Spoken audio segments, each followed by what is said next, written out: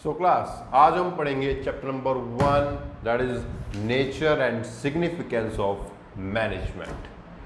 तो अब हम पहले कॉन्सेप्ट करेंगे मीनिंग ऑफ मैनेजमेंट। अब मैनेजमेंट का मीनिंग क्या है, क्योंकि बड़ा इंपॉर्टेंट है, स्टार्टिंग हम मैनेजमेंट के बारे में पढ़ रहे हैं। सो meaning of management is a process of getting things done through other efficiently and effectively. आपको पीछे दिख रहा होगा। अब मैं आपको ध्यान से समझाता हूँ इसका मीनिंग। देखो, management is a process. Management एक प्रोसेस है। कॉपी पेन निकाल लीजिए, नहीं तो फिर कंफ्यूज हो जाओगे।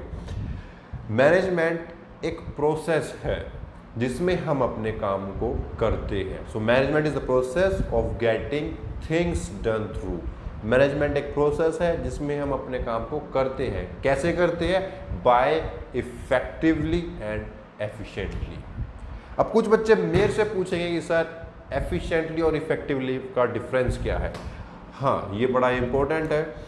तो अब आपको पीछे दिख गया होगा। सो अब इफेक्टिवली एंड एफिशिएंटली, अब इसके बारे में समझते हैं हम। अब देखो, ध्यान समझना, बच्चे बड़े कंफ्यूज हो जाते हैं, sir effectiveness and efficiently meaning क्या है। देखो ध्यान से, इफेक्टिवनेस मतलब होता है it refers to completing the task on time no matter whatever the cost. मतलब हमें इस टाइम तक काम करना है तो करना है, that is effectiveness. And efficiently क्या होगा? It refers to completing the task with minimum cost and optimum utilization of resources. मतलब हमें रिसोर्स का अच्छे से यूज करना है, that is called the efficiency.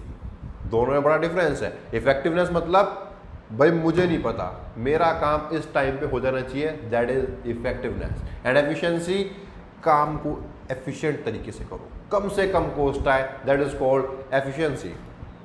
Now objective क्या होते हैं? To achieve the end result, that is effectiveness. मतलब हमें रिजल्ट को अचीव करना है, चाहे कुछ भी हो। हमें टाइम पे काम करना है, कॉस्ट हमारी कुछ भी आई, बट हमें टारगेट अचीव करना है, that is the objective of the effectiveness. ध्यान से समझना, कंफ्यूज हो जाओगे। समझ रहे हो ना?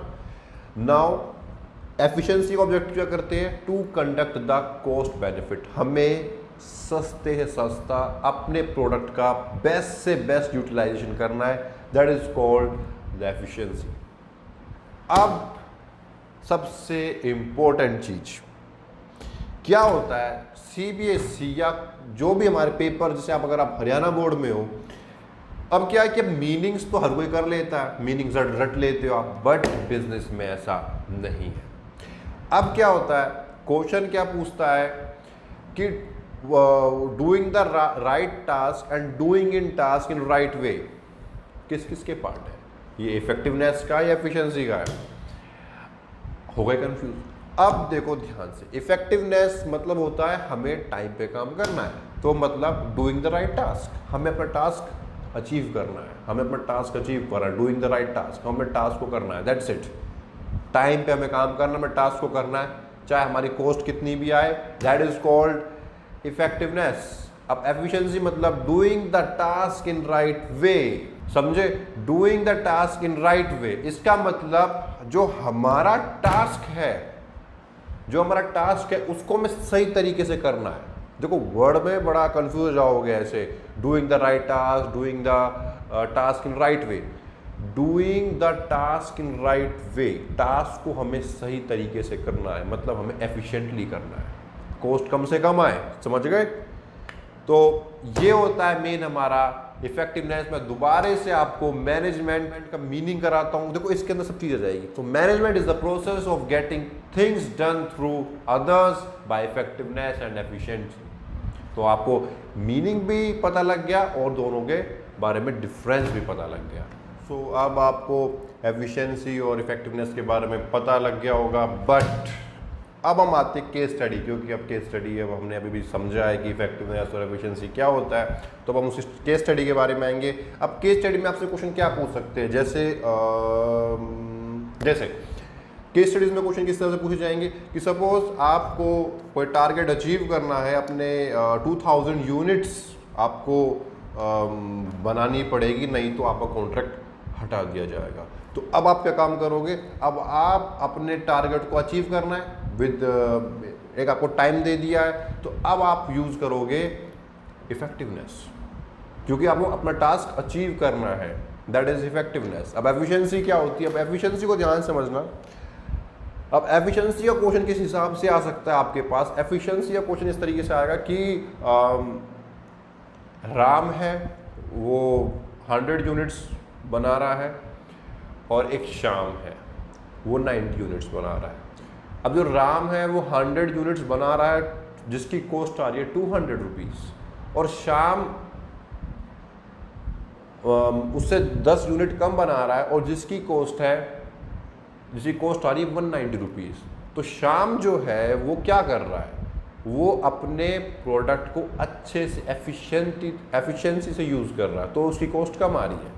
तो केस स्टडीज में कुछ इस तरीके से पूछा जाएगा, या फिर आपको कंफ्यूज करने के लिए एक क्वेश्चन ये भी आ सकता है, doing the right task and doing the task in right वे, इस तरीके से भी क्वेश्चन आ सकता है। बाकी टेंशन फ्री रहिए, बिजनेस में आपको बिल्कुल भी रटना नहीं है, बस ध्यान रखना, समझ के चलना है। बाकी मैं हूँ, समझाता रहूँगा। सो मीनिंग के बाद अब आते हैं हम कैरेक्टरिस्टिक्स ऑफ मैनेजमेंट। अब देखो ध्यान समझना, हालांकि कैरेक्टरिस्टिक्स ऑफ मैनेजमेंट कुछ खास इंपॉर्टेंट नहीं होते हैं क्योंकि इतना कुछ खास आते नहीं, बट फिर भी ये 2 मार्क्स 3 मार्क्स केस स्टडी में 1-2 नंबर के बीच में आ जाते हैं। अब इसका मतलब ये नहीं है कि आप उसे बिल्कुल ना करो, बट आपको जो इनके मीनिंग्स है ना वो ऐसे डीपली याद करने की ज़रूरत नहीं है। तो हम बात करते हैं कैरेक्टरिस्टिक्स ऑफ मैनेजमेंट होते हैं आपके 7। अब 7 कैरेक्टरिस्टिक्स ऑफ मैनेजमेंट होते हैं। अब मैं आपको बता रहा हूँ, इनके बारे में बस आपको क्लियर मीनिंग पता होना चाहिए, होते क्या है बस, और कुछ नहीं करना है। तो पहला आता है हमारा management is a goal oriented process. Simple सी चीज़ है, मैनेजमेंट हमारा एक गोल ओरिएंटेड प्रोसेस है। क्यों, हम मैनेजमेंट करते किस लिए है, हम अपने काम को इफेक्टिवली एफिशिएंसी क्यों काम करते, ताकि हम अपने गोल को अचीव कर सके, बस सिंपल सी चीज़ है, that's it. Management is a goal oriented process. Second आता है मैनेजमेंट इज अ प्रोवेसिव।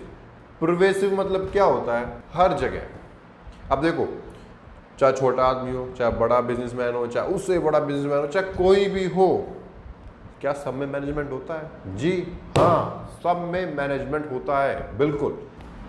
क्यों होता है मैनेजमेंट? अगर मैनेजमेंट नहीं होगा तो कोई आदमी कैसे काम कर पाएगा, कैसे वो एक अपने बिजनेस को मैनेज तरीके, सिस्टमेटिक तरीके से, इफेक्टिवली और एफिशिएंसी तरीके से कैसे काम कर पाएगा, और वो बिजनेस बंद हो जाएगा। तो आपका चाहे छोटा बिजनेस हो, चाहे बड़ा बिजनेस हो, चाहे कैसा भी बिजनेस हो, चाहे दुनिया के किसी भी कोने या कोई भी काम हो, सब जगह मैनेजमेंट होता है। सो अब हमारा आता है third point, management is a multi dimensional. अब देखो मैं पहले ही बता रहा हूँ आपको, कैरेक्टरिस्टिक्स में ज़्यादा ध्यान नहीं देना है, बिल्कुल भी नहीं देना है, बस मीनिंग क्लियर करना है, बिल्कुल मत घुस जाना। So management is a multi dimensional, मतलब मैनेजमेंट कई डायमेंशंस में है। 3 डायमेंशंस बताए गए हैं हमारे बुक ने, जो है management of work, management of people and management of operation. अब मैनेजमेंट ऑफ वर्क मतलब क्या होता है, अगर आपके बिजनेस में कोई भी काम है तो वो मैनेजमेंट के तरीके से होगा, एक प्रॉपर तरीके से होगा, चाहे कोई भी काम हो, that is management of work. Management of people, अब जैसे देखो, अब जो स्टाफ मेंबर्स होते हैं जो हमारे मैनेजमेंट में काम करते हैं, that is also the assets of our organization. समझ गए, जो आपके कंपनी में लोग काम कर रहे हैं वो आपकी एसेट्स है। सो आपको उनका ध्यान रखना है, जिसको जो काम अच्छा लगता है आप उसको दो, जो जिसकी स्ट्रेंथ है आप उसको वो काम दो, जिसकी जो वीकनेस है वो काम मत दो। That is management of people. आपको समझना है कि इस आदमी की स्ट्रेंथ क्या और वीकनेस क्या है, that is called the management of people. Now third point, management is management of operation. Management of operation मतलब क्या होता है, इसका मतलब ये होता है, अब देखो हम क्या करते हैं, एक जो कंपनी होती है उसमें हम क्या करते हैं, एक सामान खरीदते उसको, एक रॉ मटेरियल खरीदते हैं, then we convert it into a semi finished goods, then we convert into a finished goods, then we sell that goods. अब ध्यान से समझो, मैनेजमेंट ऑफ ऑपरेशन मतलब कि जब हमने सामान खरीदा, उसको जब हमने कन्वर्ट करा और उसके बाद जब हमने उसको बेचा, तो कई ऑपरेशन से होकर गुजरा, तो उन ऑपरेशंस को भी हमें एक अच्छी तरीके से मैनेज करना है। इफेक्टिवली और एफिशिएंसी दोनों तरीके से। तो that is called management of operation. अब हम आते हैं अपने फोर्थ कैरेक्टरिस्टिक्स पे। Management is a continuous process. और देखो वही बात है, रटने की नहीं, रटना नहीं है। मैनेजमेंट एक कंटिन्यूस प्रोसेस है, मतलब मैनेजमेंट हमें लगातार करना पड़ता है। अगर आप मैनेजमेंट को कंटिन्यू नहीं करोगे तो क्या होगा, क्या होगा? तो ये होगा कि मैनेजमेंट में हमारा फेल हो जाएगा। आपने सोचा सिस्टम तरीके से काम करेंगे, इस तरीके से काम करेंगे, बट आपने वो बाद में फॉलो अप नहीं करा, तो क्या हुआ, वो सब चीज़ खराब हो गई और आपका बिजनेस डाउन चला गया। तो that is management is a continuous process. Simple सा पॉइंट है, आपको इसको रटना नहीं है, ध्यान रखना। मैं अब भी बता रहा हूँ कि क्वेश्चंस केस स्टडीज में ये नहीं पूछा जाएगा बताओ what do you mean by management is a continuous process, कभी नहीं पूछेगा। वो कोई केस स्टडी देगा और कहेगा बताओ भाई इसमें से कौन से कैरेक्टरिस्टिक्स आपको समझ में आते हैं, दैट्स इट। आपको बस समझना है कि इसमें अच्छा कोई आदमी लगातार मैनेजमेंट पर ध्यान दे रहा है, तो that is management is a continuous process. आपको ये 7 पॉइंट्स आपको याद करने हैं बस। नाउ नेक्स्ट बात है, management is a group activity. आप सभी को पता है मैनेजमेंट ग्रुप में काम होता है। आप अकेले मैनेज नहीं कर सकते एक बिजनेस को कि आप अकेले मैनेजमेंट में काम कर रहे हो, सब लोग ऐसे ही घूम रहे, नहीं।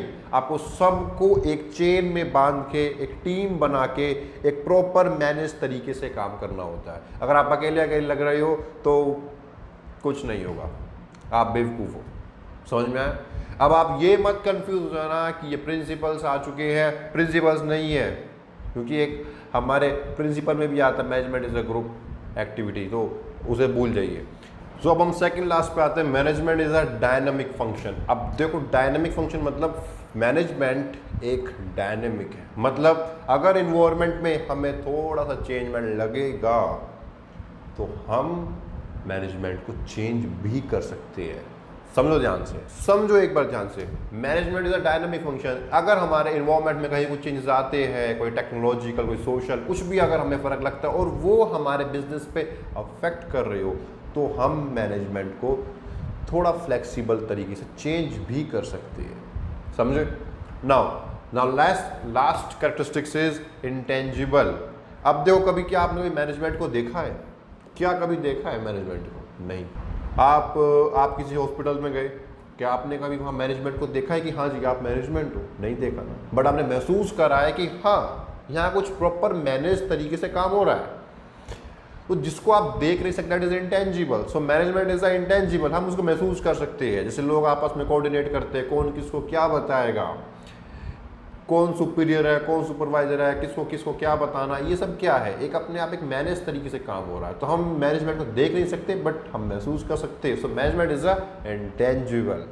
तो अब हम कैरेक्टरिस्टिक्स के बाद फाइनली अब हम आते हैं ऑब्जेक्टिव्स पे। और मैं आपको पहले ही बता देता हूँ, कैरेक्टरिस्टिक्स में आपको बिल्कुल भी नहीं रटना है। और अब ऐसे ही सेम ऑब्जेक्टिव्स है। ऑब्जेक्टिव्स में क्या होता है, अब देखो, अब एक मैनेजमेंट के हिसाब से हमारी बुक में बताया गया there are 3 objective. First one is organization का क्या ऑब्जेक्टिव होता है, सोशल ऑब्जेक्टिव क्या होता है, and third one is personal या इंडिविजुअल या मैनेजमेंट के पर्सनल ऑब्जेक्टिव क्या होते हैं।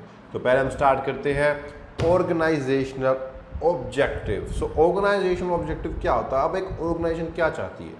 वो ये चाहती है कि मैं एक मार्केट में सर्वाइव कर लूँ। जब मैं उसे सर्वाइव करने लग जाऊँ, जब मुझे लगे कि मैं सर्वाइव कर रही हूँ, तब वो क्या चाहती है कि अब मैं ग्रो करने लग जाऊँ। जब मैं सर्वाइव कर रही हूँ, मैं ग्रो करूँ और फिर उसके बाद मुझे थोड़ा सा प्रॉफिट मिलना शुरू हो जाए। That is the organization objective.